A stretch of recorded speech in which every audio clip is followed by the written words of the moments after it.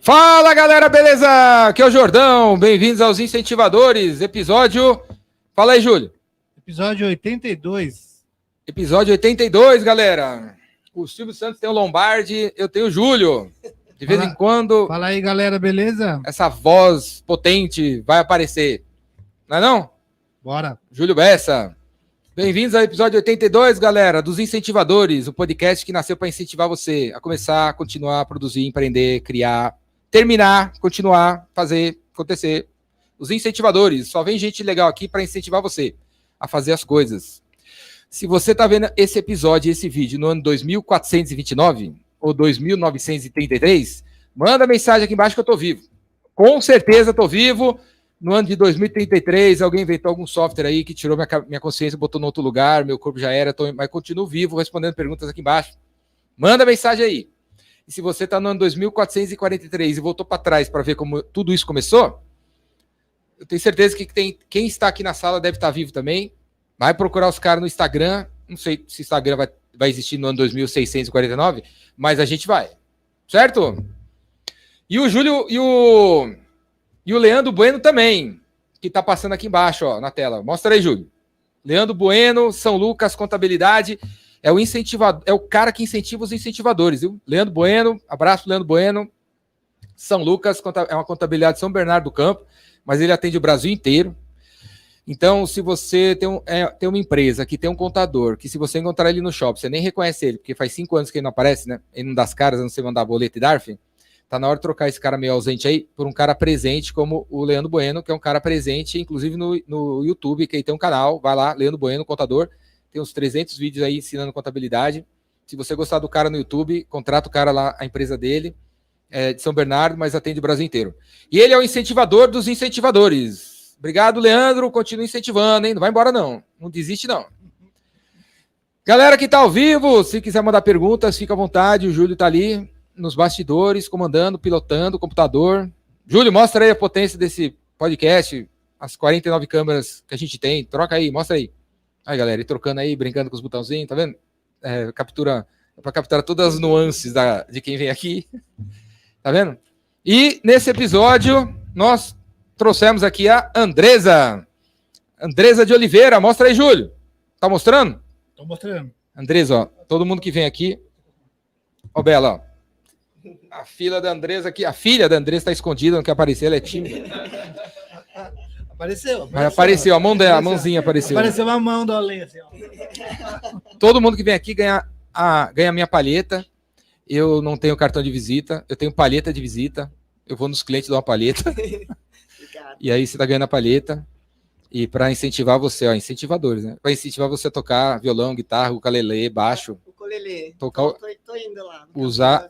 Ó, de dar outra aqui, pra você dar pro Humberto, ó. Ah, maravilha. Humberto, que eu sei que toca violão. Olha aqui, Humberto, pra você. Ó. Ganhou uma palhetinha. Que maravilha. E a Bela, você toca? Violino? É. Dá pra arranhar, né? Usar a palheta pra arranhar a corda. Andresa de Oliveira. Sim. Quem é Andresa de Oliveira? Ó, põe o microfone mais perto. Mais pertinho, vamos lá. Quem é Andresa de Oliveira? Pode puxar, pode ir. Pode aqui, mais pertinho? Pode Aqui assim? ir. Aí, oi? Isso. Andresa de Oliveira é filha, é mãe, é amiga, é esposa, é conselheira, é terapeuta, é outra coisa, hein? É sonhadora. E como que você arruma tempo para ser tudo isso? Então, é puxado, acho que até o meu rosto ultimamente está dizendo isso, com umas olheiras, que na verdade não são mais olheiras, viraram bochecheiras, né? Na questão de fazer muita coisa, e eu sinto que é a necessidade. Minha mãe fala assim, filha, descansa, tira um tempo, olha como que está o teu rosto, com as suas olheiras. E aí eu respondi para ela, eu vou ter a eternidade para descansar quando eu partir. A necessidade é de fazer. E a gente conhece o nosso corpo, né? Eu conheço o meu corpo físico, então eu sei que ele aguenta. Né? Então eu vou fazendo. Na hora que for para descansar, eu descanso. Quando eu fizer a passagem. Você é organizada para conseguir fazer tudo isso? Eu sou organizada. Ou você faz tudo de uma vez? Eu sou organizada. Tudo junto, quer dizer? Vamos lá. acho que às vezes um pouco junto e misturado, dependendo do dia. Dependendo da demanda do dia, acaba não sendo tão organizado. As coisas vão acontecendo e eu vou fazendo. E assim, tá tudo certo. E tá tudo certo. É a primeira vez que você vê na galeria, né? É a primeira vez. Sou de São Paulo, mas é a primeira vez que eu estou De pisando que parte aqui. de São Paulo? Eu sou da região da Zona Sul, só que hoje eu moro na parte do ABC, que é em Diadema. Já tem, desde quando eu casei, eu moro em Diadema, já tem 23 anos. E aqui no centro eu nunca tinha pisado. 25 de março e tudo mais, mas na questão aqui da Galeria do Rock eu nunca tinha entrado, não, é a primeira vez. Você falou que você é sonhadora. Muito sonhadora, eu sonho o tempo todo. Eu acho que o ser humano, ele tem que ser movido pelo sonho, né? Uma pessoa que ela não sonha, ela está deixando de viver, né? Ela vai simplesmente sobreviver no dia a dia. Quem sonha tem projetos, né? Quem sonha busca a vida, né? Então eu sou uma pessoa que eu sonho muito e sonho muito alto, muito. Às vezes o pessoal em casa dá até risada e fala: mãe, as meninas, como você é sonhadora. Eu falo: uma hora o negócio dá certo, né? O sonhar para mim é cocriar, né? É eu mandar para o universo e o universo É o primeiro passo para realizar. Para realizar é sonhar, aí eu cocrio. E em um determinado momento o universo está sendo muito generoso comigo. Sempre foi, eu não posso reclamar, não. Que dica que você daria para alguém que está assistindo que não tem mais sonhos? Eu diria que assim, né? Eu sou terapeuta holística, então eu recebo muitas pessoas... O que é terapeuta holística? Terapeuta holística, né? Eu sou terapeuta holística integrativa. Ixi. Então, vamos lá que aumentou mais uma. Piorou. Nossa! Aumentou um pouquinho mais. Terapeuta é aquela pessoa que vai sentar, né, com uma pessoa e vai conversar, vai querer entender o que a pessoa está passando, né? Então, uma pessoa, quando ela busca um terapeuta, é porque ela está, às vezes, numa ansiedade, ela está com uma depressão, ela está numa síndrome do pânico, ou simplesmente uma pessoa que deixou de viver, né? Ela não tem mais entusiasmo, não sente mais nada pela vida. Ou pessoas, às vezes, que recebem um diagnóstico de alguma doença, entram no desespero e precisam de um aconselhamento, precisa de uma orientação ali.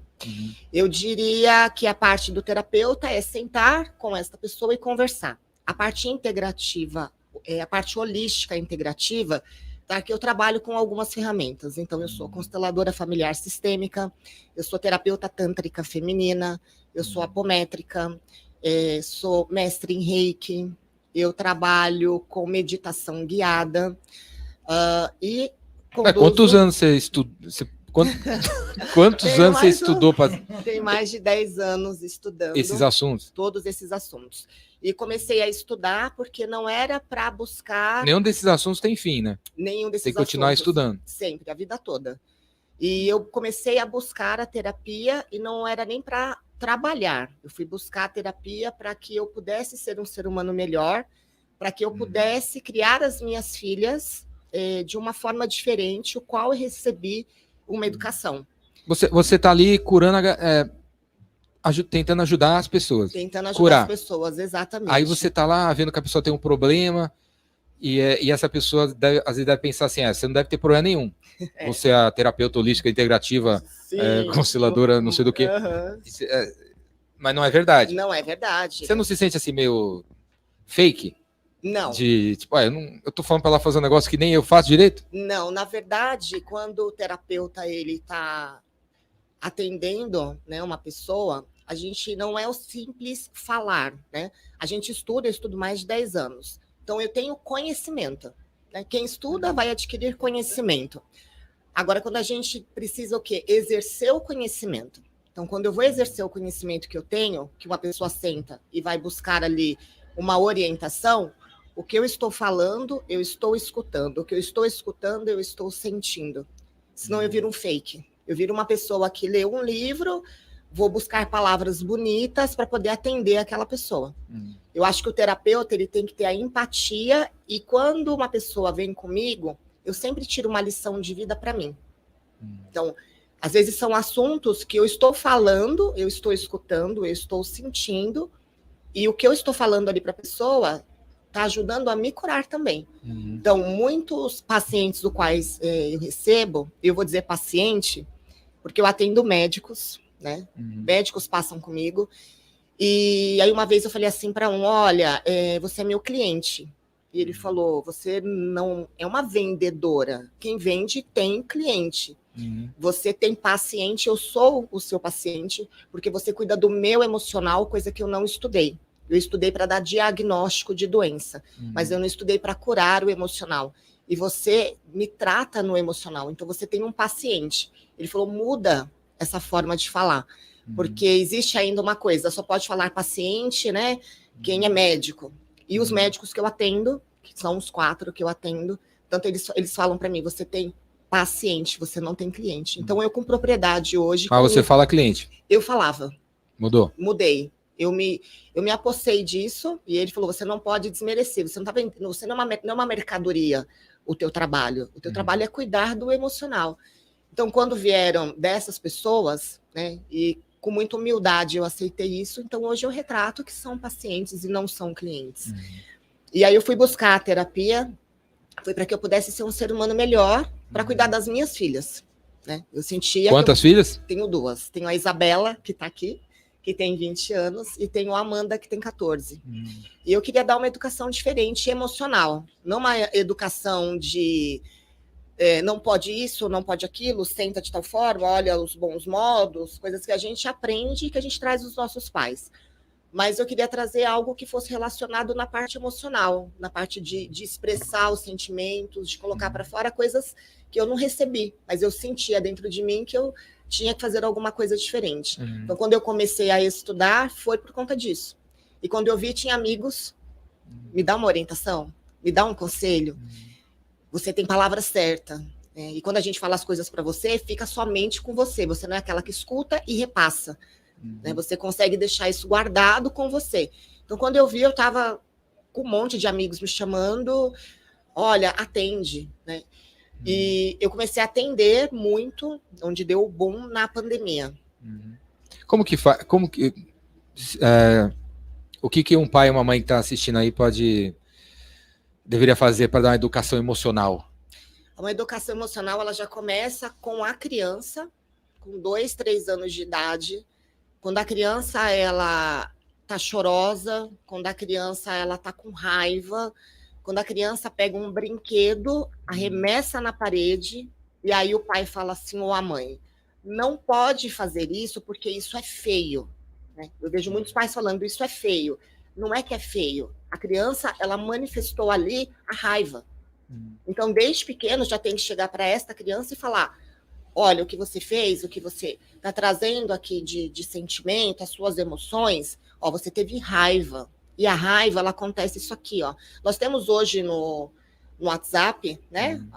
As carinhas lá que a gente coloca quando está feliz, os emojis, quando a gente está feliz, quando a gente está triste, a gente coloca. Para a criança tem que ser retratado desta forma. A criança, desde pequena, ela tem que saber lidar já. O que é a raiva? O que a raiva traz?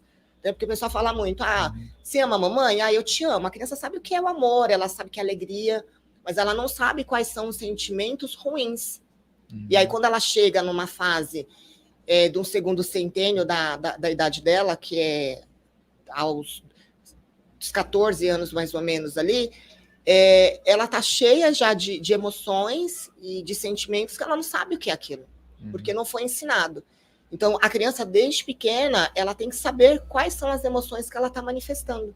Mas e quando o pai e a mãe não sabem também nem falar, né? Então, aí é o problema. O cara não... A menina jogou o negócio na parede e... Vai apanhar. Como é que chama isso aí? Vamos ver o dicionário, não sei. Aí, essa é a questão. Então, eu falo que até pra gente... Tem que ensinar o quê pros pais?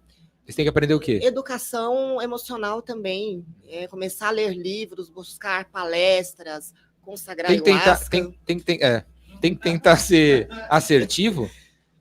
Naquele momento. A fala tem que ser assertiva. Tem que ser assertiva naquele momento para se a criança tira 5 na prova, em vez de falar, você é burro. Imagina, nunca. Pegar e falar, você tirou 5 na prova, porque ontem você estudou meia hora só.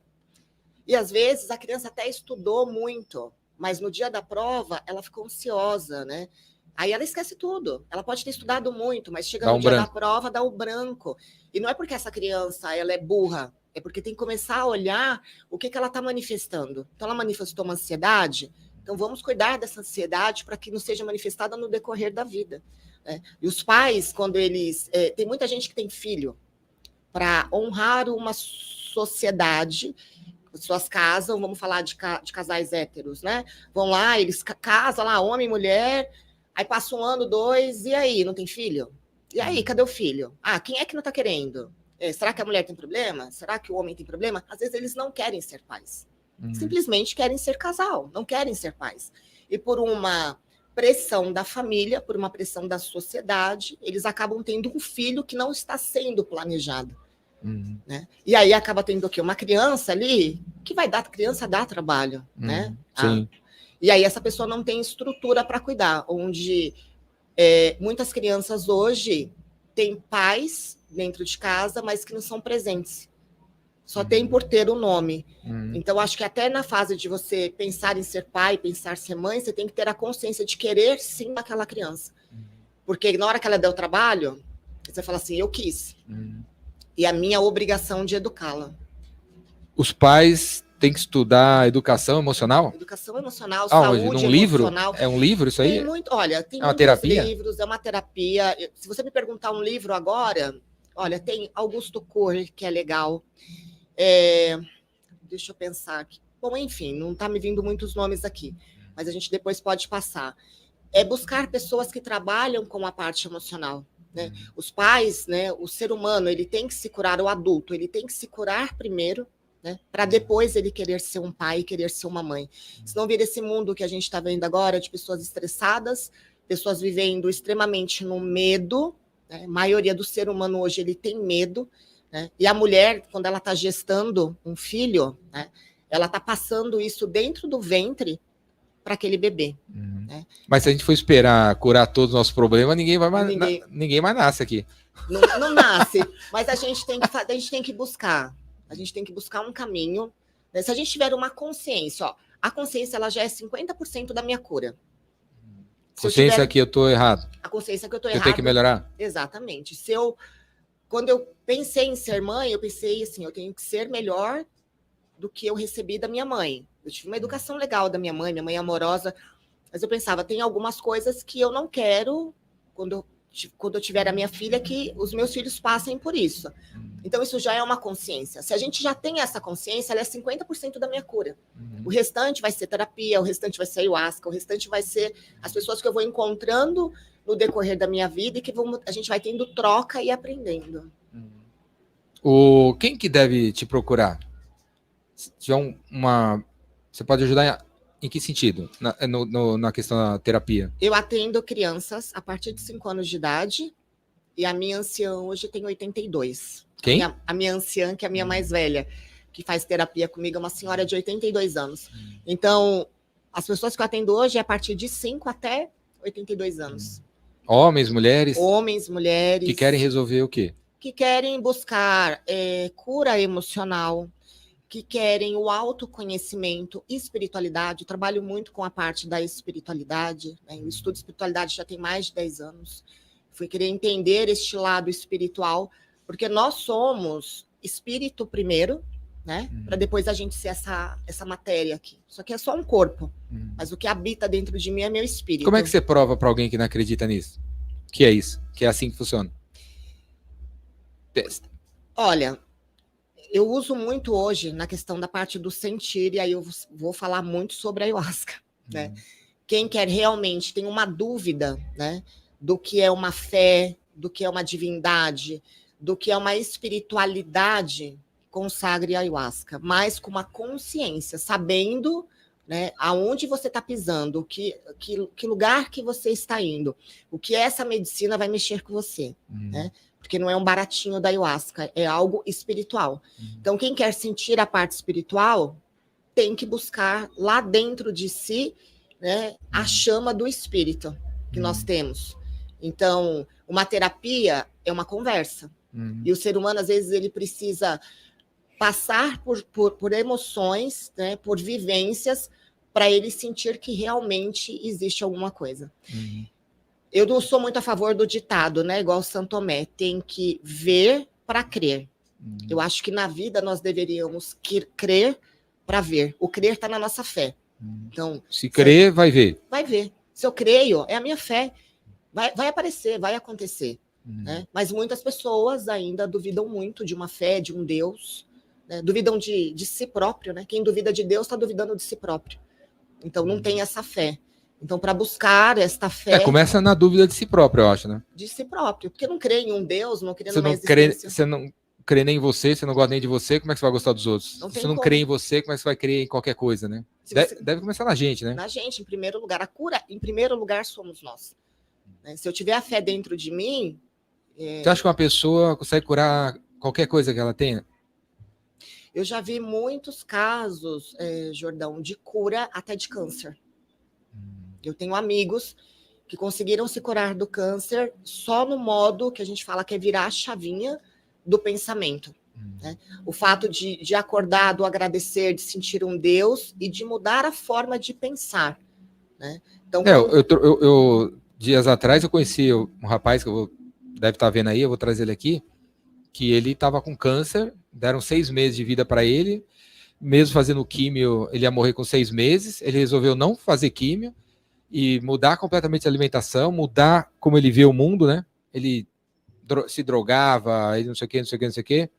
Ele resolveu mudar a vida dele, tudo, o pensamento dele, foi fazer terapia e se autoconhecer, curou. O dia que eu estava conversando com ele, tá a filha dele do lado, a mulher dele, foi dado esse diagnóstico 6 anos atrás, de 6 meses, e tava lá, curado, o câncer desapareceu. Né? É porque o que acontece? Vou trazer ele aqui, viu, galera? Vai ser no Incentivadores, sei lá, 87. Por que acontece? Muito é a forma com qual nós pensamos. Né?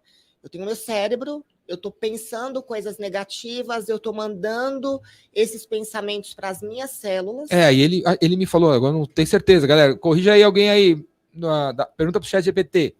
Ele falou uma coisa assim de, não sei se todos os dias, todas as células do corpo são renovadas, né?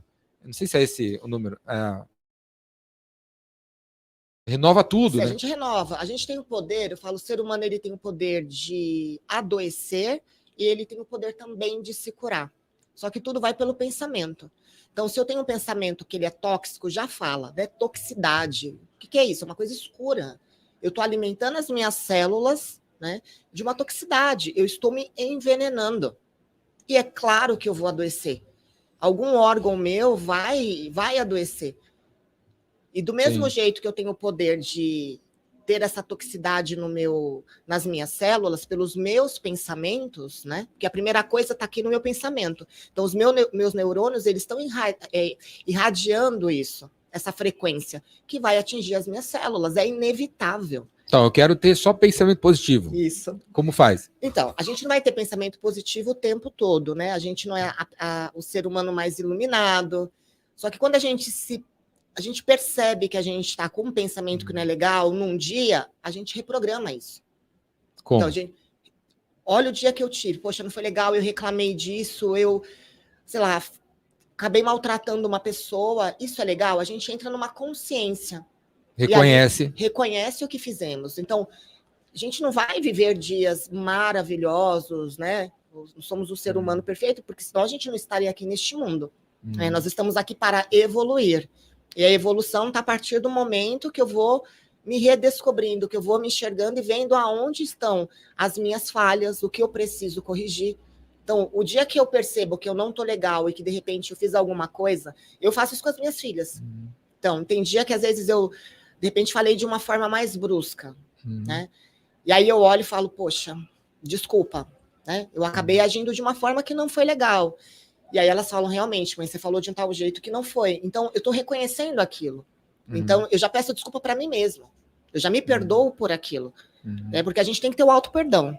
Sim. Né? O auto-perdão, posso até entrar nessa parte? Pode. A gente tem aquela coisa que quando a gente... Qual parte? Do perdão, do auto-perdão. É tantas aqui, né? Tô falando tanto.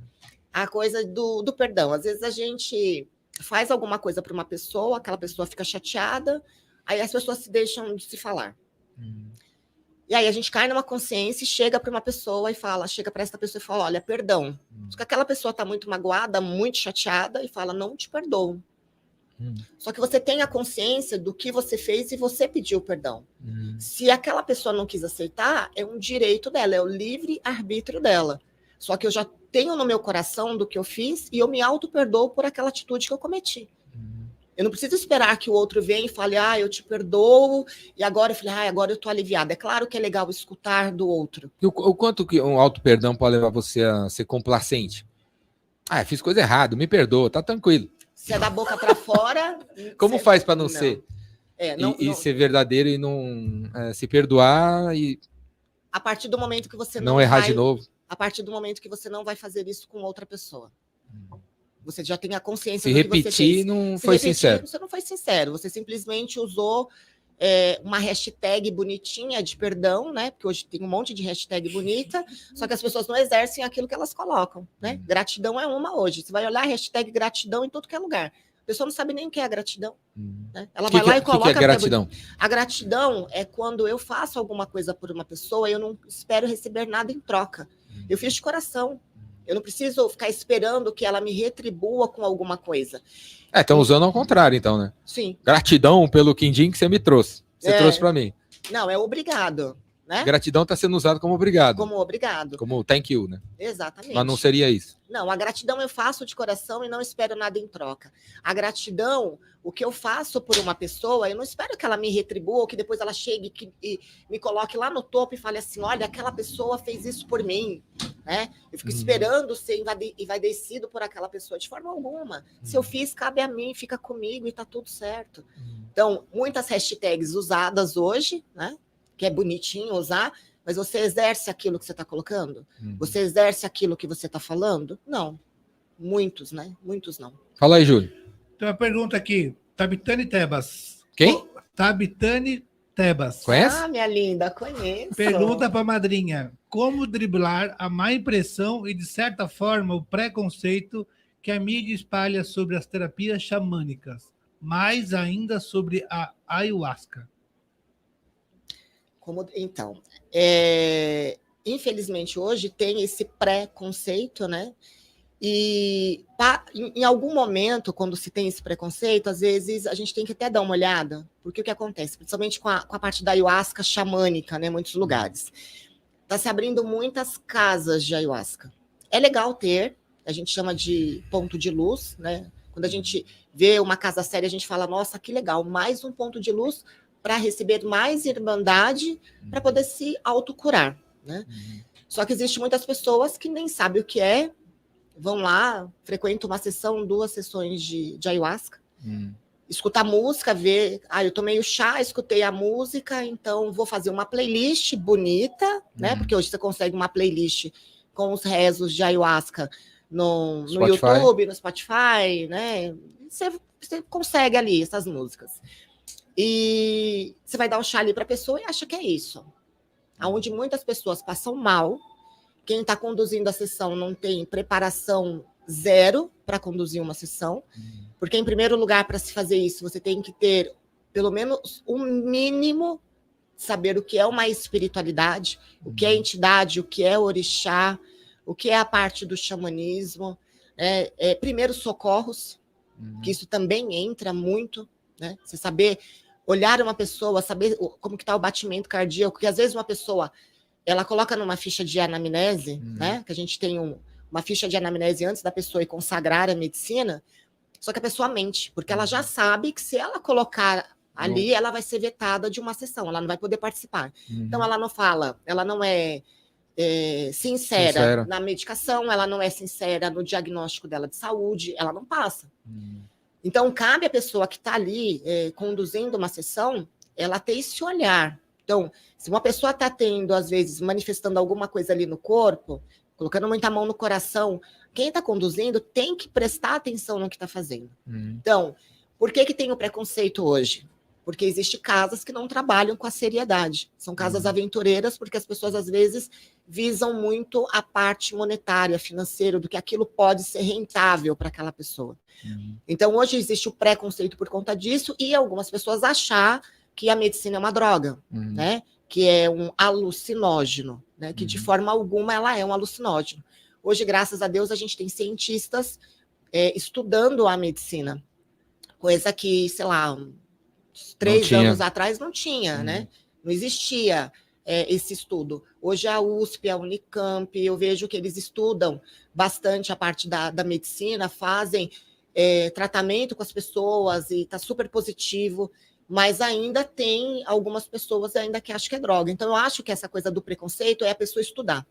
Ela não buscar, às vezes, numa internet, porque vai ter, hoje na internet, infelizmente, lá dá no Google, né? Às vezes uma pessoa vai fazer um relato de uma casa que ela foi que não foi confiável e ela vai passar o relato dela, alguém vai ler, e hoje, assim, a notícia ela espalha em frações de segundos, né? Hoje no WhatsApp, você coloca uma mensagem ali e várias pessoas estão vendo. Sim. Então a pessoa ela tem que sentir. Eu acho que antes dela falar alguma coisa, que eu acho que às vezes um mal do ser humano, ele propagar algo que ele não foi atrás, ele não conheceu, ele pegou a informação de uma pessoa e ele está jogando no ventilador.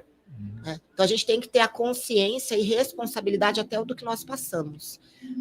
Uma outra coisa que eu acrescento aí é quem consagra tem que ser um exemplo. Tem que viver o que está aprendendo ali e ser um exemplo, né? Eu consagro a cada 15 dias. Aí um amigo meu que fica falando para mim, não vai mais, chega, já deu. Aí ele virou uma vez para mim e falou assim, me fala uma pessoa top que consagra. Uma pessoa top que fez alguma coisa top pelo mundo. Não tem nenhum, me fala um aí. Eu não conheço, você conhece? Ele me perguntando, né, para tentar me convencer para parar, né? Falei, não sei agora te falar. Não sei.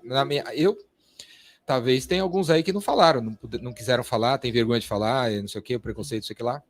Não sei se tem, só sei que agora você vai conhecer vai ser eu. Eu serei essa pessoa, famosa, top das galáxias, e que consagra a ayahuasca. Eu serei esse cara aí. Não vem com essa conversinha não, que é eu que você, então. Bota eu na tua lista aí. Então eu penso assim, para acabar com o preconceito, quem consagra, leve a sério, né? Pratique, né? Se torne uma pessoa melhor, porque afinal é para isso que você foi. Se torne uma pessoa melhor, um exemplo para todo mundo ver como você ficou, para alguém um dia chegar, nossa, como é que você virou uma pessoa desse jeito? Que é calma, que trata todo mundo bem, que é legal.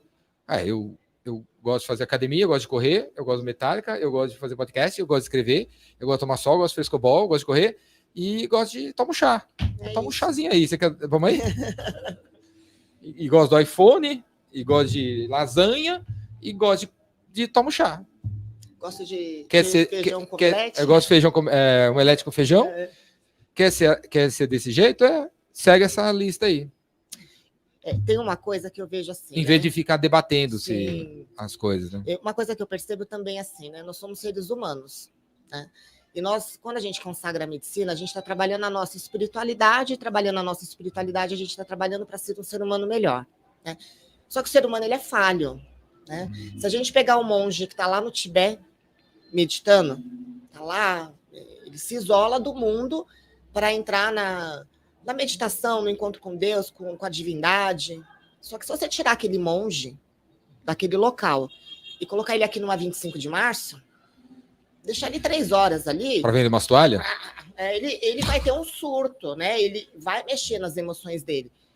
Eu diria que é a mesma coisa com a medicina. Quando a gente está ali consagrando a medicina, a gente está num ambiente, né, que ele tá, as músicas, os rezos, chamadas, tudo que está sendo feito ali, tudo é para trazer essa expansão de consciência, de espiritualidade, de autoconhecimento.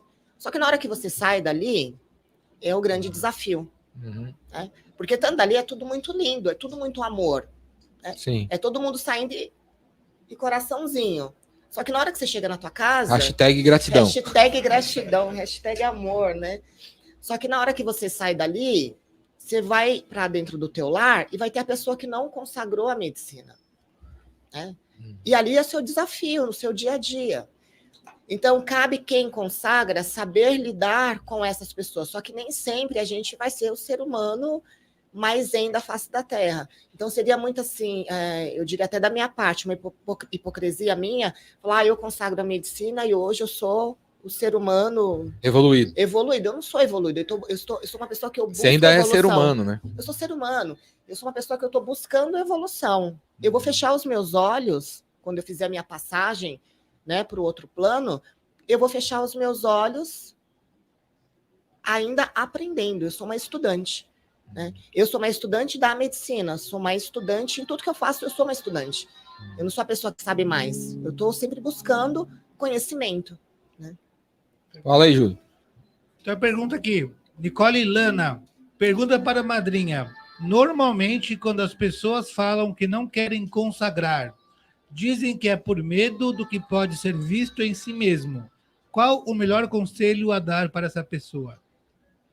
Que ela está fugindo dela. Né? Uma pessoa que fala assim, eu não quero consagrar a medicina porque eu tenho medo do que pode acontecer, é o medo dela mesma. Então, a gente nunca pode forçar ninguém, né? Medicina a gente não oferece para ninguém uma medicina, eu não ofereço ela para ninguém. Tem que ser um despertar da própria pessoa, dela falar, eu sentir no meu coração, eu senti um chamado de querer consagrar a medicina. De querer realmente ser uma pessoa melhor. De querer ser uma pessoa melhor e se enxergar as sombras. Porque quando a gente vai numa sessão, a gente vai ficar enxergando luz, né? Às vezes pode acontecer de uma sessão ser mais tranquilinha. A madrecita, ela sabe o que cada um precisa, né? Sim. E às vezes uma pessoa vai numa primeira vez, ela vai ser muito bondosa, ela vai mostrar fadinha, ela vai mostrar cores, né? Que a gente fala que são as mirações. Ela vai trazer coisas que ela está preparando o terreno. Você aguenta ver. É a mesma coisa que a gente está numa flor bonitinha, aí ela vai pegar lá e vai falar assim, deixa eu regar essa parte de cima. Numa segunda sessão, pode acontecer dela cavucar toda a terra, colocar as raízes para fora e falar, agora enxerga onde está a podridão. Enxerga aqui o que você precisa curar. E a gente precisa estar muito aberto para se enxergar, porque ninguém é flor.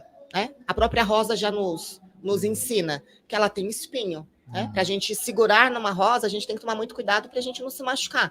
A natureza já nos mostra. Então, não existe essa coisa, né, maravilhosa que todo mundo é luz. Não, a gente é luz e a gente é sombra.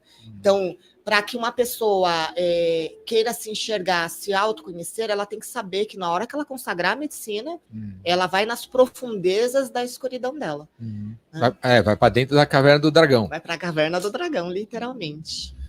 Mas pela minhas experiências, ela mostra para você o que você consegue lidar. Sim. Com o que você consegue lidar, né? Exatamente. E uma outra coisa que eu penso, não sei o que você acha, tem gente que vai querendo... cadê? E o barato? Cadê? Não deu nada, eu não vi nada. Eu não vi nada, não deu nada. Tem gente que já falou isso, não deu nada. E eu penso assim, não deu nada para você, porque não é para dar nada, né? E é uma medicina. Você tomou, já tá dando algo. Nesse momento, é para você não ver nada. A ayahuasca não não precisa ter miração para ter a ayahuasca transformar você. Eu penso. Você tomou, ela já tá entrando para lá e para cá e tal, já tá cuidando de você. E dessa vez você não vai ver nada, não vai ter nada. Você já tá tendo. E não sai com essa. Não fala desse jeito, não tá tendo nada. Não é isso. Ela já tá te curando. Seja grato aí, já tá rolando o negócio aí. Seja agradecido, já tá funcionando. E é o que você pode ver hoje é isso. Se ela te desse uns tapas na cara, você não ia voltar, né? Exato. E as pessoas às vezes colocam uma expectativa de achar que a medicina... Tipo assim, né, quando nos rituais fala da força, você tem que entrar na força, eu não penso assim, que necessariamente tem que ter você tem que entrar na força. Você tomou, você consagrou, já está fazendo uma operação. Sim. Talvez leve dessa vez em você. Mas deve estar. Eu penso que é uma medicina, não é? A medicina entrou em você. Às vezes, o que as pessoas falam tanto da questão da miração e as pessoas colocam muita expectativa, né? Aí eu vou fechar os olhos e eu vou ter miração. É muita expectativa. Cada pessoa vai receber aquilo que ela tiver que receber. E às vezes o que eu preciso é estar naquele ambiente, com aquela energia, com aquela egrégora de pessoas, e às vezes escutar as músicas, os rezos. Porque são diferentes, as pessoas não estão acostumadas a escutar aqueles rezos. Às vezes uma chamada, que a chamada é quando eu estou falando alguma coisa ali, né, trazendo uma reflexão ou trazendo a raiz da medicina mesmo, que vem lá do mestre Irineu, às vezes eu estou trazendo aquilo ali, uma consciência, e é para a pessoa só escutar. Às vezes o que eu estou falando é a virada de chave para a vida dela. Por favor. Às vezes o que eu... Melhorou? Então, às vezes o que eu estou falando já é a virada de chave que ela precisa. Então, não vai ser a questão da miração. As pessoas se pegam muito nisso ou já chegam numa sessão falando: hoje eu vim aqui, eu vou curar tal coisa, eu vou ver, eu vou resolver. É ego puro. Né? A gente tem que ter intenção na vida, porque isso faz muito importante. A gente tem que ter as intenções. É a mesma coisa que quando eu vou acender um incenso, se eu acender por acender, ele vai dar o cheirinho gostoso lá que eu coloquei.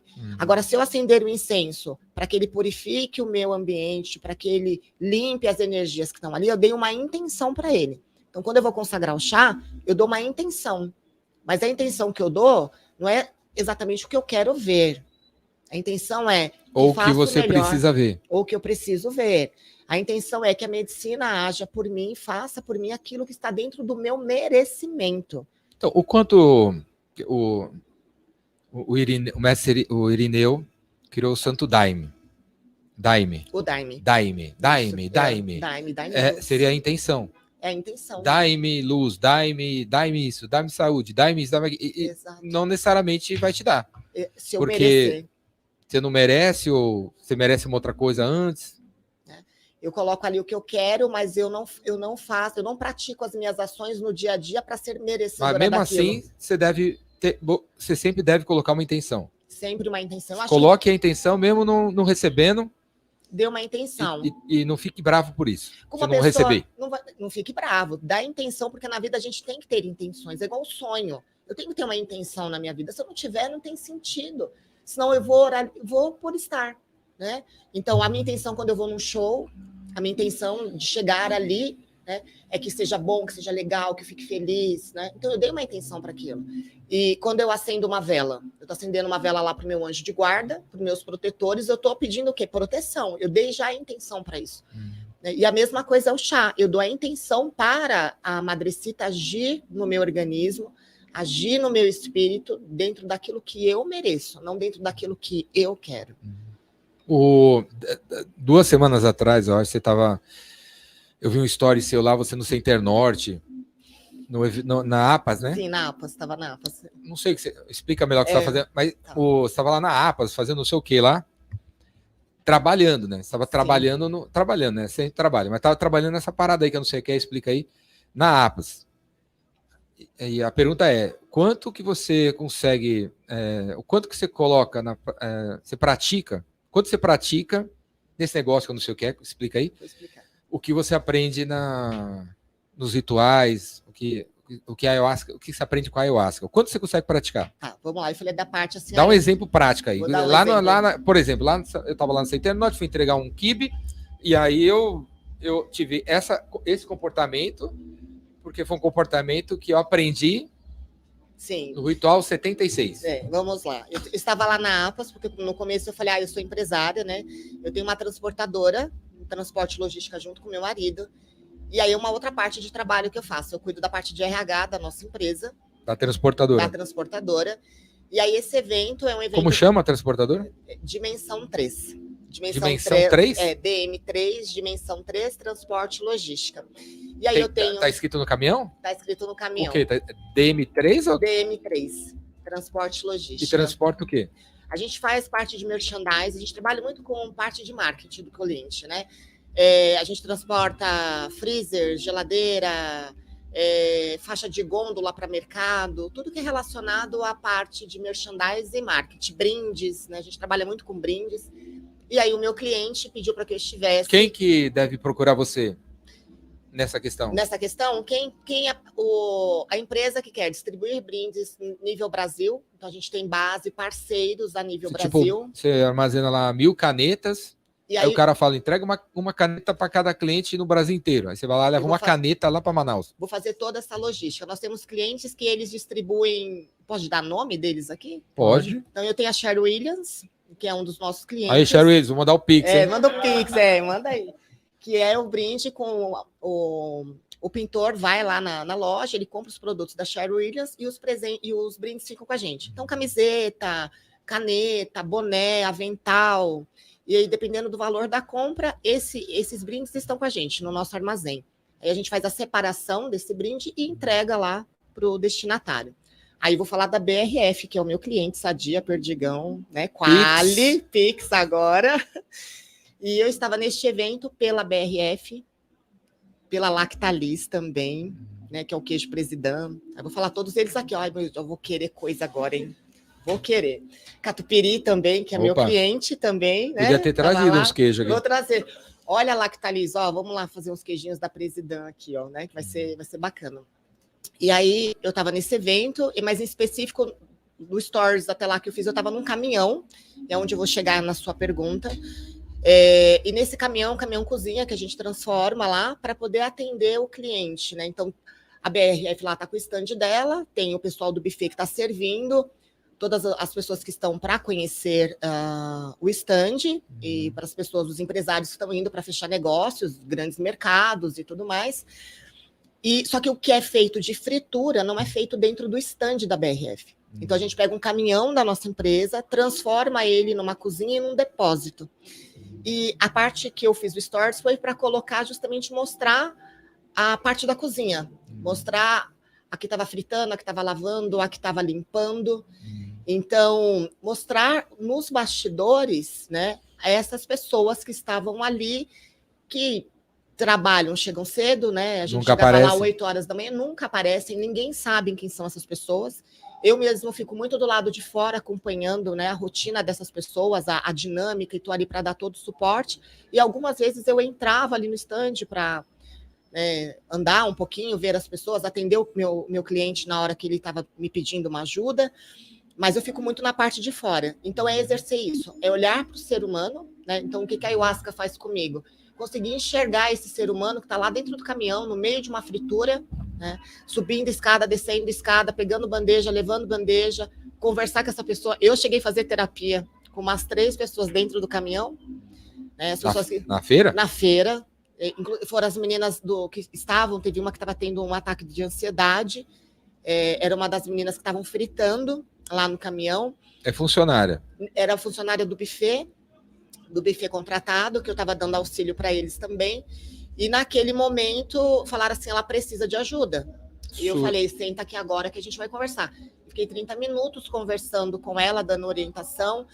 Até o próprio cliente, alguém chega e vem me perguntar alguma coisa e fala, você pode conversar comigo? Então, no trabalho ali, o foco era outro, né? Mas eu acabei exercendo, porque assim, o terapeuta, ele é terapeuta em qualquer lugar. Ele é na festa de aniversário, no casamento, no velório, né? Porque a gente chama as pessoas, é a questão de que... As pessoas chamam você? Chamam. No buffet infantil? Você pode dar uma ajuda aqui?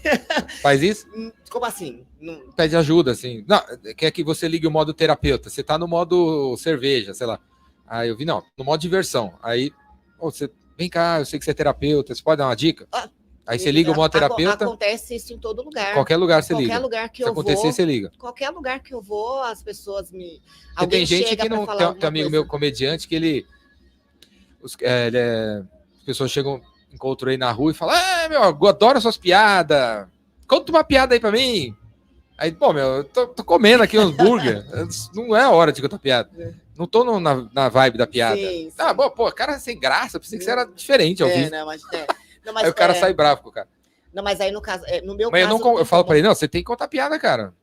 No meu caso acontece isso, né? Qualquer lugar que eu tô. Ô, Jordão, eu tô com problema de vendas, fala aí. Eu falo, eu sento e falo. Ligo o modo vendas cura tudo e explico. Paro lá de comer o quindim e explico o negócio. O terapeuta, ele não sai dele, porque senão a gente vira meio que um fake, né? Sabendo que alguém tá precisando de uma orientação, tá precisando de uma ajuda, você não vai dar? Eu já falei, em cemitério, no velório, de ver pessoas, aí vem uma palavra. Às vezes a gente tem uma palavra certa para ser colocada naquele momento. Né? Aí esse olhar que você deu para essas pessoas que ninguém vê, se fosse há X anos atrás, você não teria feito isso. Não teria tido a paciência. A ayahuasca que ajudou você a ver. Me transformou. A ayahuasca me transformou. Faz quanto tempo que você... Que eu consagro a medicina há 5 anos direto, ininterruptos. Todos os meses.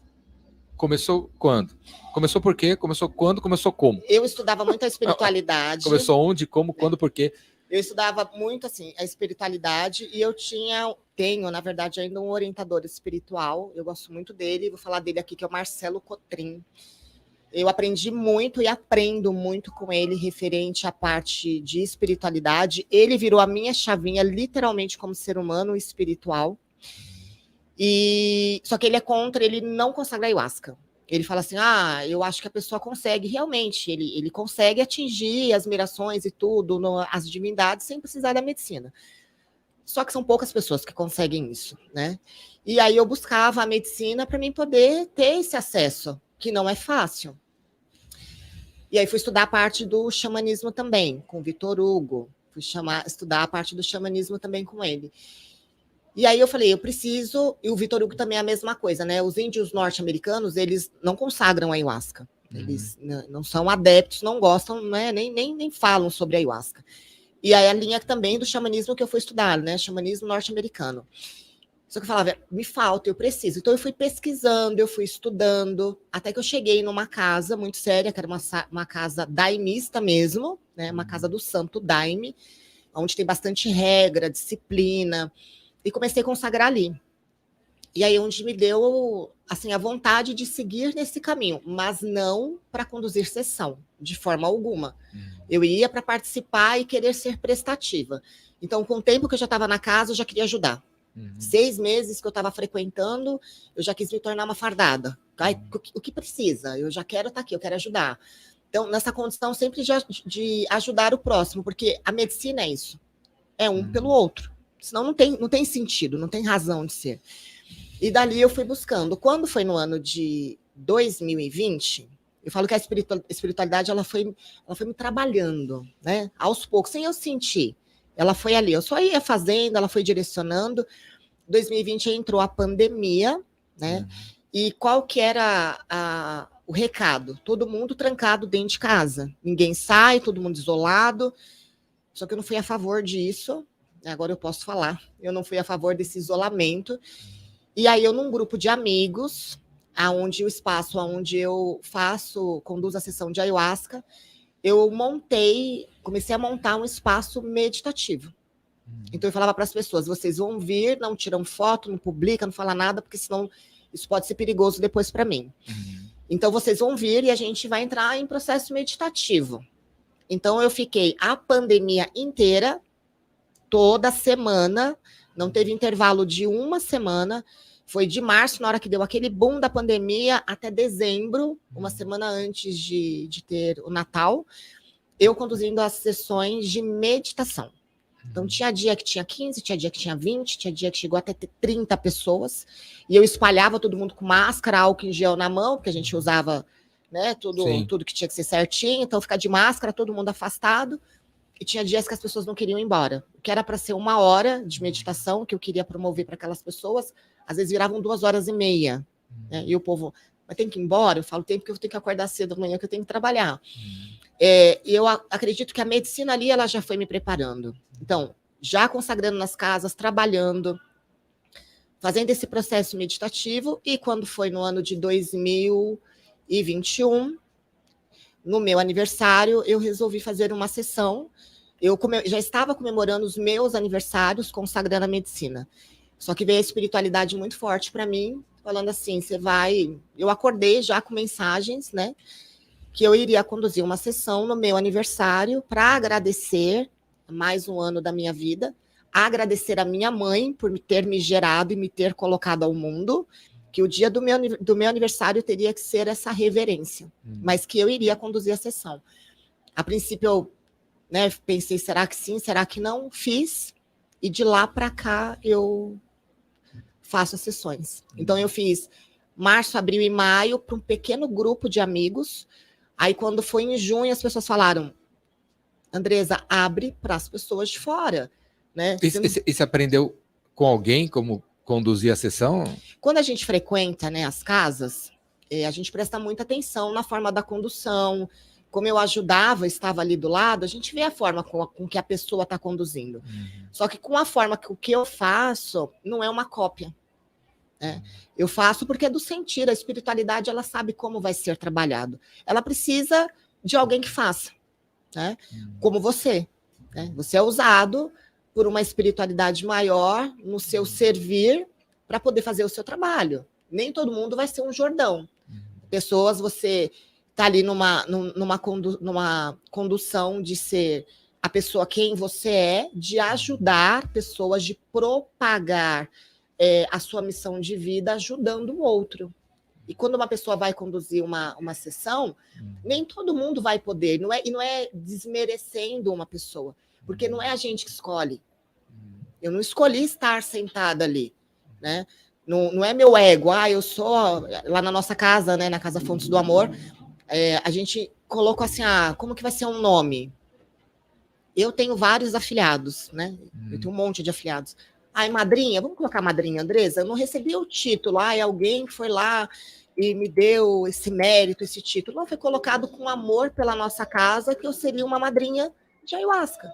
Eu poderia falar, a Andresa é a terapeuta que conduz a sessão. A Andresa é a mestre que conduz a sessão. Cada lugar tem um nome, e aí isso é só título, né? No caso, madrinha, porque é uma coisa mais carinhosa. E eu gosto, né? É uma coisa carinhosa. Eu me sinto ali a mãe de todos. A mãe do que chega de 18, do 20, do 50, do 70, de 80. Naquele momento que eu estou ali, eu me sinto a mãe de todos, porque eu estou sendo usada pela mãe, que é a madrecita. Então, energeticamente, eu estou sentindo isso dentro de mim. E eu gosto de acolher, né? E é isso. Fala, Júlio. Antônio Silva pergunta para a madrinha se tem risco de não voltar. Sempre que eu falo a um amigo, eles falam que este é o maior medo. Beijo, madrinha, te amo. Também te amo. Vamos lá. O risco de não voltar, eu acredito que seja consagrar a medicina e de repente não voltar, né? Não existe. Morrer, imagina. Não existe isso de jeito nenhum. Como que eu vou consagrar um copinho de 50, até que de repente eu tome 2 copinhos cheios de ayahuasca de 100 ml ali e não voltar? Não existe. O que existe é eu entrar num processo da medicina, eu entrar ali no processo e questão vai ter horas ali para que eu possa sair da força da medicina que eu estou. Agora, não existe sequer a possibilidade de uma pessoa não voltar. E tem uma coisa que é a ficha de anamnese. Então, pessoas que estão passando por tratamento psiquiátrico, né? Pessoas que têm ali um problema psiquiátrico, na verdade mesmo, a gente tem que analisar, porque tem pessoas que não podem consagrar a medicina devido às medicações que elas estão tomando e pode entrar num surto psicótico. Isso pode acontecer, né? Mas isso é mediante ao estado de saúde daquela pessoa. Agora, uma pessoa que não apresenta nada disso, vai passar algumas horas ali, ela vai voltar normal. A medicina, ela tem um tempo, né, para ir saindo do organismo. Toda a consagração parece que eu não vou voltar, né? Parece que eu fui para lá do Big Bang e parece que eu não vou voltar e sempre volta. Sempre volta. Assim, num ritual de 5 horas, 6 horas, né? No meu caso, sempre cura alguma coisa. Cura coisas que tá há 30 anos dentro de mim. Então, para curar algo que há 30 anos você não resolve em 5 horas, não vai ser fácil, né? Não é Disneylândia, né? Sim. Tipo, não é abanando você, vamos aí, não sei o que, dando pirulito, né? Você vai realmente entrar na caverna do dragão, tem uma sensação de tá acabando tudo, tô morrendo, mas volta. E termina no amor, e toda a sessão termina, eu quero abraçar todo mundo, beijar todo mundo. Teve uma vez que eu falei, você viu lá na música Chama, né? No final eu falei assim, eu não sei vocês, mas eu odeio pernilongo, mas se eu chegar em casa agora, tiver um pernilongo, eu vou cortar meu braço, rasgar meu braço, espremer, jogar o sangue num pires e vou chamar eles. Pô, como é que, velho? Não precisa ter. Eu pensei assim, você não precisa ter o trabalho de me furar. Você vai ficar cansado. Já pega aqui direto o sangue no pires. E depois eu vou abrir a janela aqui, você vai embora. E eu vou dormir, beleza? Tanta vontade de cuidar de tudo que você tem no final, de amar tudo, que fica, depois que você se submete a melhorar mesmo, querer melhorar mesmo. E Mas para chegar nesse estado tem que você passa mesmo pela Passar, e a gente vai passar às vezes uma operação. É o que a gente fala, né? O Vale da Morte. A medicina, ela traz isso. Eu já participei de um feitio lá no Mato Grosso. E aí no feitio a gente ajuda, né? Na preparação ali do chá, separado homens e mulheres ali. E a gente lá no feitio, e a gente vai consagrando o chá o dia todinho. O dia todo a gente vai tomando chá. E aí chegou a noite, e aí deram o chá pra gente, né?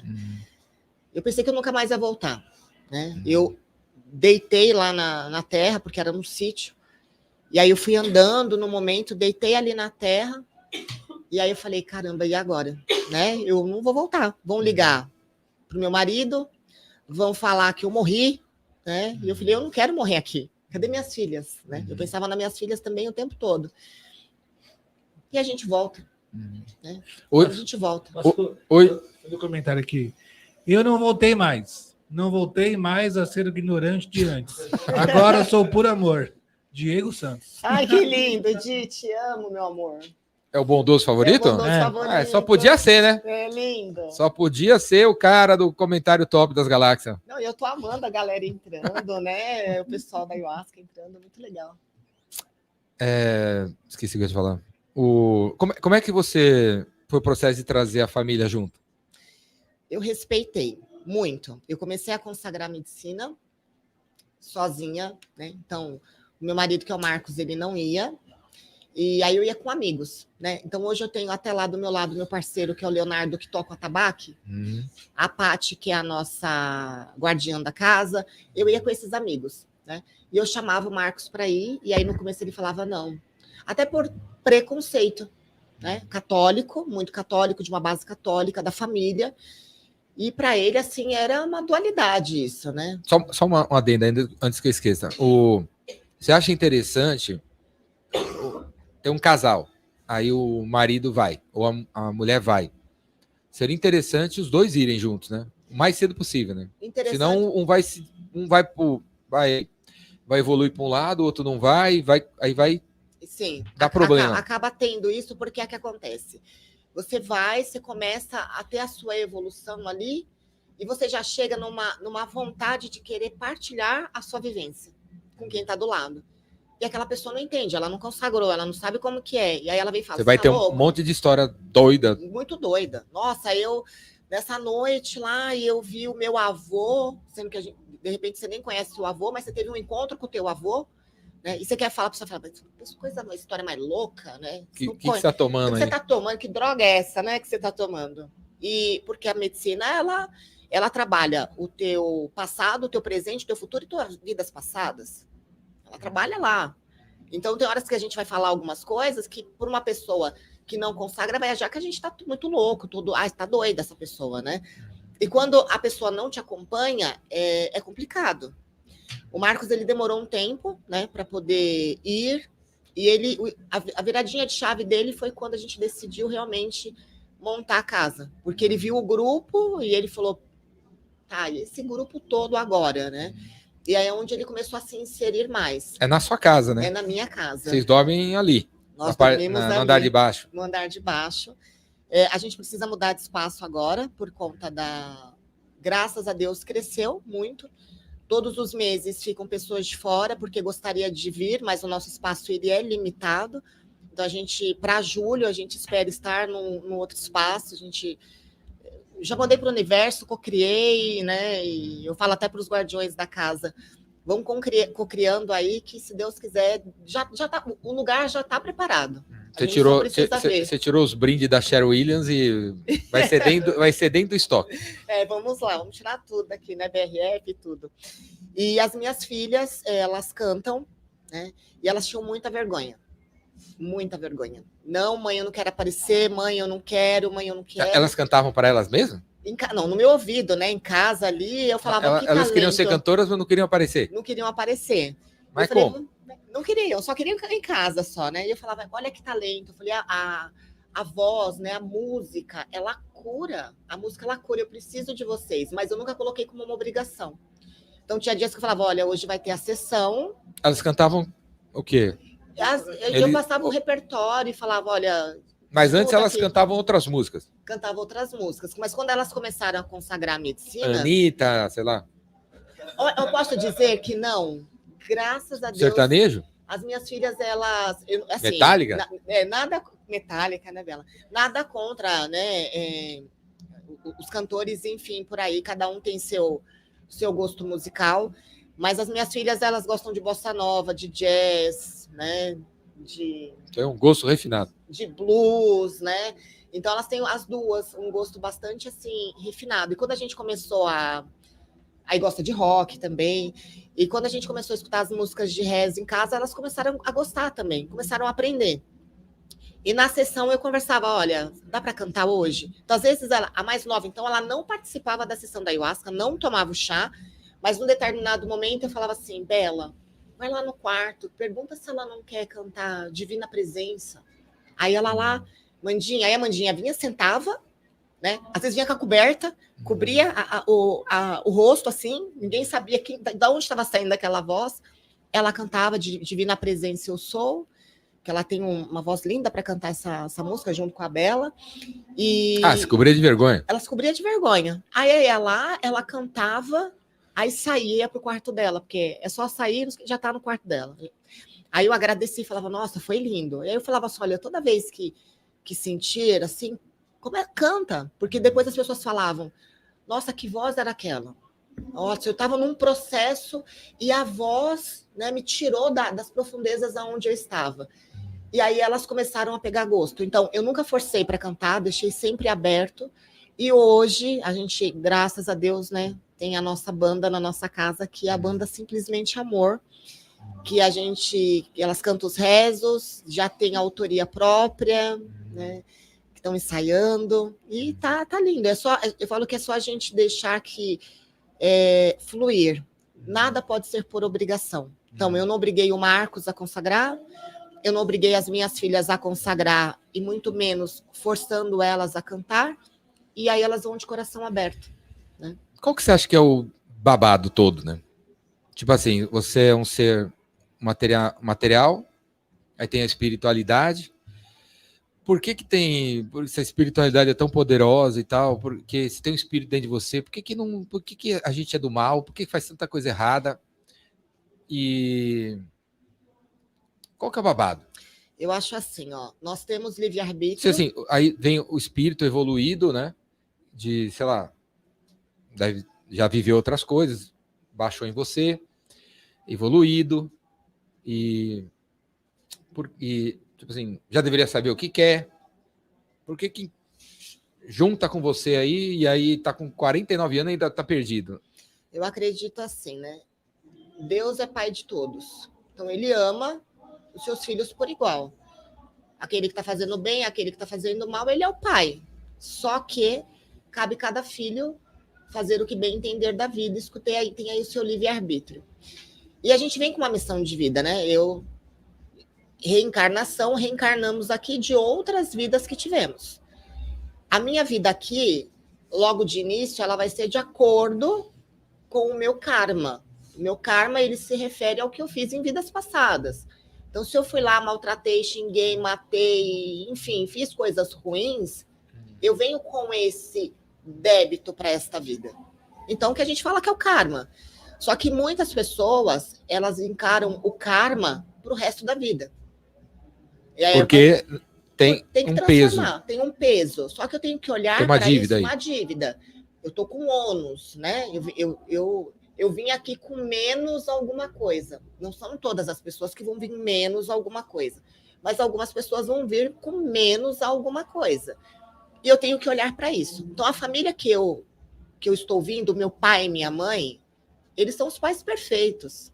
E, às vezes, aquele pai e aquela mãe é um torturador, é um abusador. E aí a gente vai falar assim, agora eu vou causar uma polêmica, né? Se eu vim para passar para o X, então esse X já estava programado para acontecer. Já está programado. Então, livre-arbítrio é zero, né? O que acontece? Eu tenho livre-arbítrio para eu direcionar a minha vida. E está onde? Se eu tiver a memória com 3, 4, 5 anos de idade, né? Se eu tiver a memória de como vai ser a minha vida, que eu vou apanhar do meu pai, que meu pai vai, de repente, me abandonar, que ele só veio aqui para me dar a vida e não para me criar, a pessoa fala, eu quero voltar, me leva lá para trás, eu não quero essa vida, não. Mas quando a gente vai reencarnar, a gente já sabe o que vai passar. Só que quando a gente chega aqui, a gente não faz a lição de casa. A gente não, porque aí eu estou generalizando, né? Algumas pessoas não fazem a lição de casa. Elas pegam esse karma, essa dor, e aí começa a entrar no vitimismo da vida. Olha o que a vida fez comigo. Eu não estou desmerecendo a dor de ninguém. Cada um tem sua dor, o peso dessa dor, e mediante esse peso dessa dor que a gente tem que saber lidar com a vida. Se eu pegar as dores que eu passei na minha infância, eu posso falar por mim, não foram poucas, né? Se eu pegar a minha história de vida lá da minha infância e eu achar que é isso, eu vou me tornar um ser humano amargo, né? Só que eu tenho o livre-arbítrio de mudar a minha história.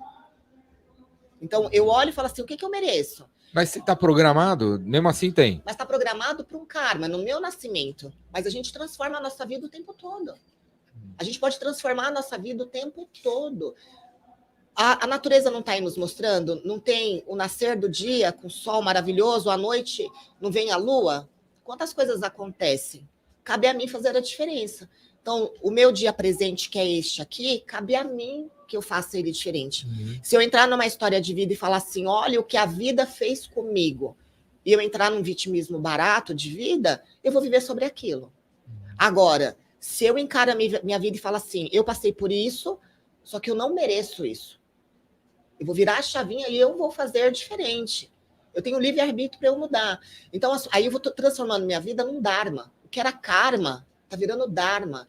É agradecer a Deus pela oportunidade dele ter deixado eu reencarnar, pagar o meu ônus, porque eu vim com ele, né? E aí eu receber o meu bônus. Cabe a mim. Agora, as pessoas, elas se apegam na história de vida. Olha o que a vida fez comigo. Eu sou o que a vida fez comigo. Não, eu sou o que eu faço com a minha vida. Se eu quiser ser infeliz, eu vou ser infeliz. Muitas vezes a gente aí que está patinando, pessoas boas de coração, né? Fala, eu faço tudo, mas eu não recebo nada de bom da vida. Eu vejo muitas pessoas de coração muito bom. Sim. Só que elas fazem para o próximo, elas não fazem por ela. Então, em primeiro lugar, é para mim. Essa história de que a gente é servidor que a gente serve uma espiritualidade e que a gente tem que trabalhar para o próximo, em primeiro lugar, a gente tem que trabalhar para a gente. A minha visão é o meu ponto. Algumas pessoas podem discordar e está tudo certo. Só que se eu tenho uma espiritualidade para ser trabalhada, ela tem que ser trabalhada primeiro comigo. Depois eu vou dar assistência, depois eu vou atender. Porque eu posso estar em desequilíbrio comigo, como que eu vou ajudar uma pessoa? Né? Vou me colocar numa condição só do querer ajudar. Em primeiro lugar, eu tenho que me ajudar. Se a gente já fala que tem um anjo de guarda, né? Geralmente os católicos falam muito isso. Nós temos o nosso anjo de guarda. Nós espiritualistas falamos, nós temos os nossos mentores espirituais, né? Eu prefiro falar mentor, porque anjo eu acho que é uma coisa muito celestial para ele me acompanhar o tempo todo, estar do meu lado nessa parte mundana, né? Então, eu falo que eu tenho os meus mentores espirituais, que não é um só, é alguns que estão comigo, e eles estão ali para poder me ajudar na minha evolução, é a minha proteção. Então, cabe a gente enxergar esse lado e falar, eu faço a diferença. Eu não tenho que esperar a diferença do outro. Eu quero um mundo melhor. O que você faz para o mundo ser melhor? Eu quero que o outro faça? Então, eu tenho que ficar recebendo do outro? Não. Então, em primeiro lugar, sempre tem que ser a gente em primeiro lugar. Eu me olhar, autocuidado, autoamor, minha autoestima, cuidar da minha espiritualidade. Se eu estou preenchida disso, eu posso dar assistência para quem for. Para quem chegar, eu estou aberta para poder dar assistência. E começa por onde? Você acha que essa pessoa que quer se amar mais, se cuidar mais... Ela se ver, ela se enxergar, parar de olhar o que a vida fez. Se coloca, tomar posse de quem é, quem eu sou. Eu assumo quem eu sou, né? Eu não vou deixar que o outro chegue, me coloque para baixo, duvide de mim, sabe? Questione quem eu sou. Eu tenho que saber quem eu sou. A partir do momento que eu tomo posse da minha essência, de quem eu sou, eu me banco, né? Do que eu falo, do que eu penso, mas isso sabendo falar, né? Tem muita gente que fala, eu me banco na forma de falar. agredindo verbalmente uma outra pessoa com arrogância, né? Não é desta forma. A gente tem que se autobancar, saber assim, eu falei tal coisa, eu assumo o que eu falei. Então, eu tenho que saber literalmente quem eu sou. E a gente está se descobrindo o tempo todo.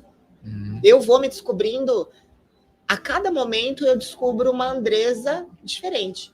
Eu falo que eu sou como se fossem fragmentos soltos, né, desde quando eu nasci, e cada hora eu pego um fragmento e eu colo. Tá aqui, ó, coloca essa parte aqui eu me encontrei. Isso aqui faz parte de mim. Essa outra parte também faz parte de mim. Se fala de missão de alma, né? Qual é a missão da sua alma? E como que as pessoas encontram a sua missão de alma? É algo que não é fácil da gente saber, né? Qual é a minha missão? Ela não é fácil da gente descobrir. A minha missão virou a minha chavinha mesmo, a partir do momento que eu me coloquei no ato de servir. Eu sempre ajudei pessoas, sempre lá quietinha, ajudavam aqui, outra ali, mas a medicina me trouxe, juntamente com a espiritualidade, essa questão de fazer as pessoas se olharem, né? Eu trago muito essa coisa das pessoas se olham, se enxergam. Né? Então, minha missão de vida é ajudar no despertar. Como eu me despertei e venho me despertando, a minha missão é ajudar o outro a se amar em primeiro lugar. Ele não pode amar o outro, né? Em primeiro. Ele tem que se amar em primeiro lugar. É uma mãe que fala assim, né? Minha filha está aqui. E uma mãe que fala assim, eu dou a vida pelo meu filho, eu faço tudo pelo meu filho é em primeiro lugar, meu filho... Não. Aí você está depositando tudo no seu filho. Quando o teu filho falar, eu não quero fazer a faculdade tal, eu não quero seguir tal, essa mãe vai virar e falar, eu fiz tudo por você, e você me deve isso. Então isso é uma cobrança. Não é? Não, para levar o filho a fazer uma coisa só para agradar só também. Só para agradar. Então minhas filhas não fazem nada para me agradar. Elas têm que fazer o que é para elas. Eu estou ali no caminho, eu dou a mão e falo, eu estou junto com vocês até o fim. Estou aqui junto. O que vocês decidirem da vida, eu estou para orientar. Vocês nunca vão fazer nada porque eu quero que vocês façam. Né? E dentro das condições que a gente pode, dentro dos nossos limites, eu estabeleço. Existe um limite aqui. Até aqui a gente pode fazer tal coisa por vocês. Daqui para cá, não dá. A Bela tá super tristinha porque ela tinha, vou falar assim, ela tem uma vontade grande de fazer medicina, né? E eu tô junto com ela desde os 13 anos. Ela prestou as faculdades, né, as públicas, e ela não passou 2 anos de cursinho. Aí, quando chegou janeiro, foi janeiro, filha? Dezembro para janeiro, ela falou, poxa, mãe, mais um ano de cursinho, eu não queria ficar parado e tudo. E aí ela tá fazendo fonoaudiologia na Santa Casa. Ontem nós estávamos conversando à noite, partiu meu coração, ela virou e falou, mãe, eu tô fazendo fono, mas na hora que eu olho a turma de medicina, e é de partir o coração, mas eu não consigo pagar hoje 10 mil reais de medicina para ela. Então é o limite. Né? Eu sei que isso frustra para ela, dela não tá fazendo o curso de medicina, porque a gente, por mais atividades que eu tenha, a gente tem outras contas para pagar, tem um monte de coisa. Então, tudo a gente tem que estabelecer. Então, o limite qual que é, filha? O que a gente pode pagar hoje é a fono na Santa Casa. A medicina, quem sabe um dia que, se Deus quiser, vai fazer. Então, a gente não pode, só voltando, né, que eu entrei nesse assunto, a gente não pode obrigar o filho a fazer alguma coisa porque a gente tem uma vontade. Sim. Né? Eu queria ser bailarina quando criança, e aí eu não fui porque minha mãe não tinha condições de pagar, e eu vou forçar minha filha a fazer balé? Ela não gosta? Pelo amor de Deus. Não posso pegar as minhas frustrações, as minhas expectativas e depositar nos meus filhos. Então, a sua missão de alma é?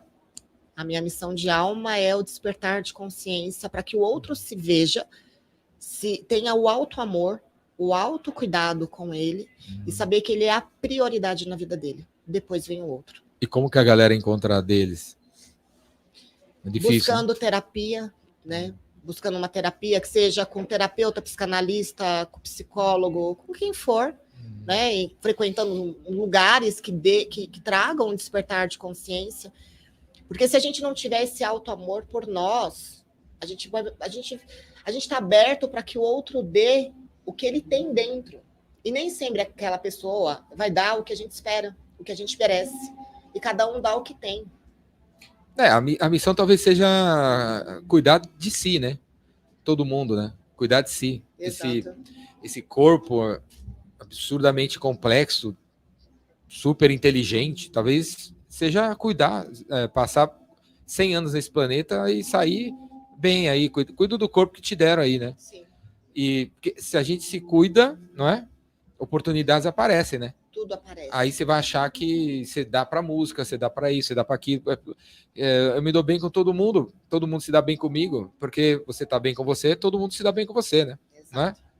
E uma coisa que eu digo também... Aí vai aparecer a tal da missão de alma. Vai aparecer. E uma coisa que eu falo, não existe sorte. Eu não acredito na sorte. Eu acredito na sincronicidade, no merecimento. Conforme eu mudo meu pensamento, conforme eu me vejo, eu recebo. Né? Eu falo que ultimamente eu sempre recebi muito. Né? Eu venho de uma família muito simples, bem simples. E eu sempre recebi muito. Porque eu nunca me coloquei numa condição de vítima, de história de vida. Eu nunca me coloquei numa condição de que isso aqui não é para mim. Eu sempre, a sonhadora, lá no começo que eu falei, eu sou uma pessoa que sonha muito grande, mas eu sonho daquilo que é meu, né? Não do que é do outro. Eu imagino muitas coisas.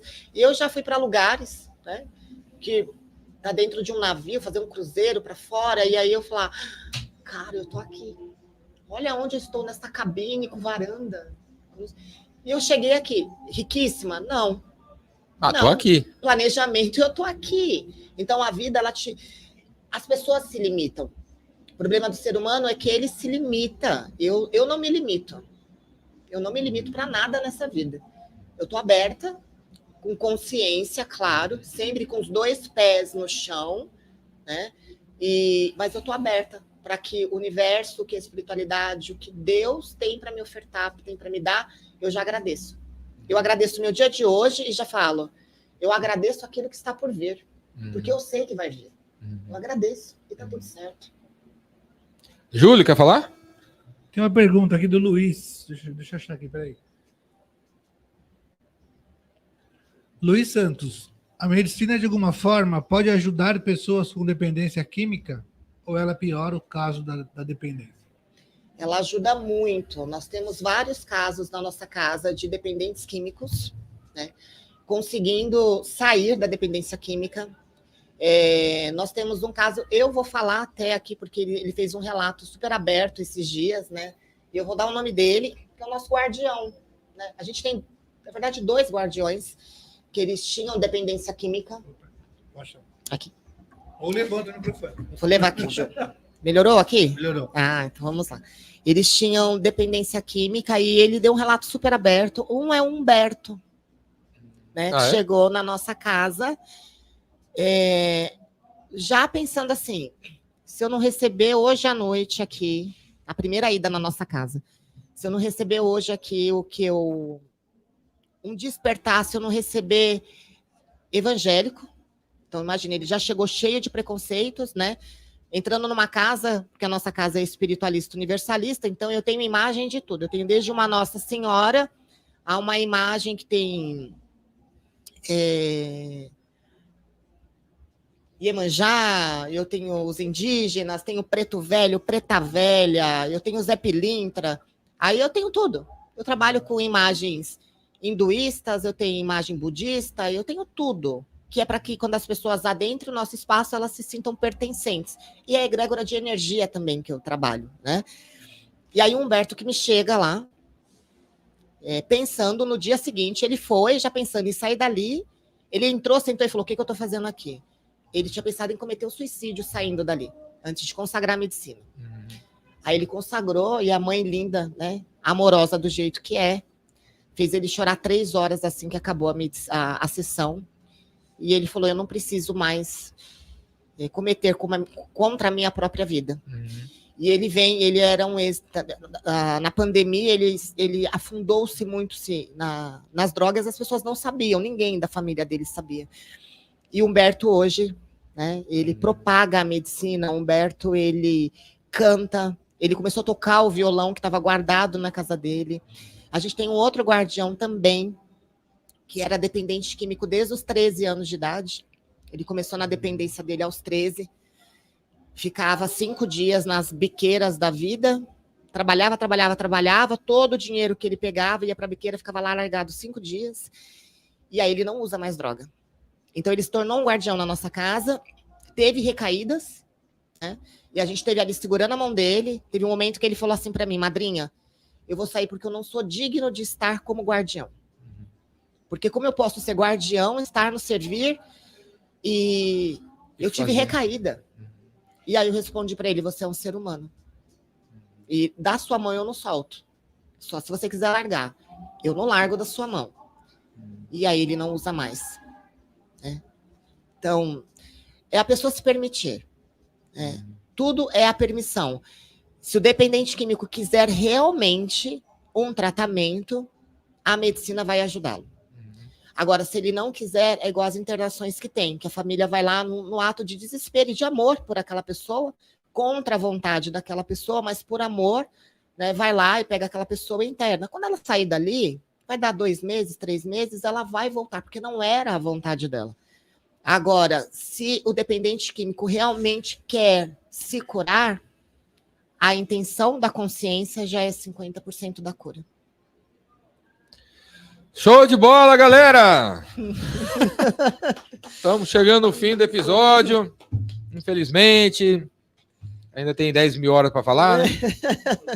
Mas temos que terminar. Andresa, olha para aquela câmera ali, ó, e manda um recado para você assistir daqui 5 anos. Meu Deus! Daqui 5 anos, no dia 26 de maio, né? 2028, eu vou mandar esse vídeo para você, tá bom. Nesse trecho. Então, é um recado da Andresa do passado para o futuro sobre o que você tem que fazer nos próximos 5 anos. Tá bom. Andresa, hoje é dia 26 de maio de 2028. Espero que nesse momento você esteja... Então, bora lá. Então, daqui 5 anos, 26 de maio de 2028, a Andresa não vai estar mais com essas olheiras, bochecheira, vai estar bem melhor, com o corpinho mais descansado.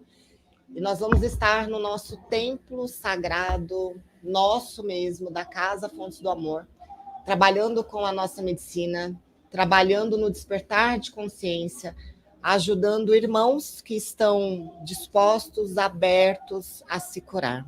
Não somente com a medicina, mas com autoconhecimento, com espiritualidade, com cursos, workshops e tudo que vier afins que possa ajudar. É isso. Show de bola! Andresa, quer falar mais alguma coisa que a gente não falou?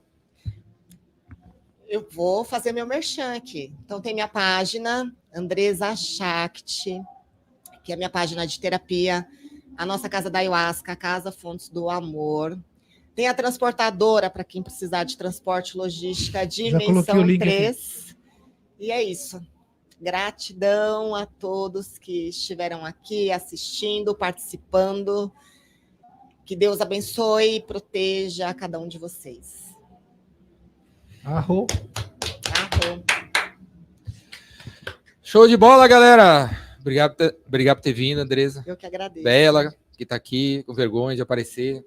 Quem sabe, num próximo episódio, você vai estar sentado aí. Obrigado, Júlio, Jorge. Obrigado, galera, que assistiu. Se você está vendo esse episódio no ano 2729, manda mensagem que eu tô vivo, com certeza. E a turma aqui também. Beleza? Tamo junto. O contato, todo mundo vai estar aqui embaixo. Valeu, galera. Até o próximo. Valeu. Gratidão, obrigada.